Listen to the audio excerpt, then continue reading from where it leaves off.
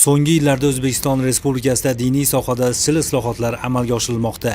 Bu islohotlar mamlakatimizda diniy bag'rikenglik, sof islom qadriyatlarini tiklash, diniy erkinlikni ta'minlash asosida shakllantirishga qaratilgan. Ammo yurtimizda ayrim g'arazli kuchlar diniy niqob ostida jamiyatga nosog'lom g'oyalarni singdirishga urinishdan to'xtamayapti. Joriy yilning may oyida Andijon shahrida huquq-tartibot idoralari tomonidan olib borilgan tadbirlar davomida jihodchilar din ekstremistik oqimining yashirin jamoati faoliyatiga chek qo'yildi. Jamoat yetakchisi Andijon shahrida yashovchi 1981-yilda tug'ilgan U.A.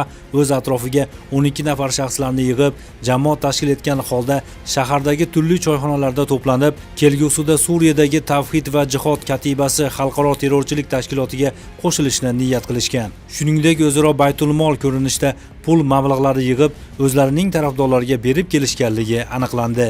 Jamoat a'zolarining xonadonlarida o'tkazilgan tintuv tergov harakatlari davomida turli diniy ekstremistik adabiyotlar va boshqa ashyoviy dalillar olindi. Mazkur holat yuzasidan O'zbekiston Respublikasi Jinoyat kodeksining tegishli moddalari bilan jinoyat ishi qo'zg'atilib, hozirda tergov harakatlari olib borilmoqda. Shu o'rinda barcha fuqarolarni turli yot g'oya va ekstremistik harakatlardan ogoh bo'lishga chaqirib qolamiz.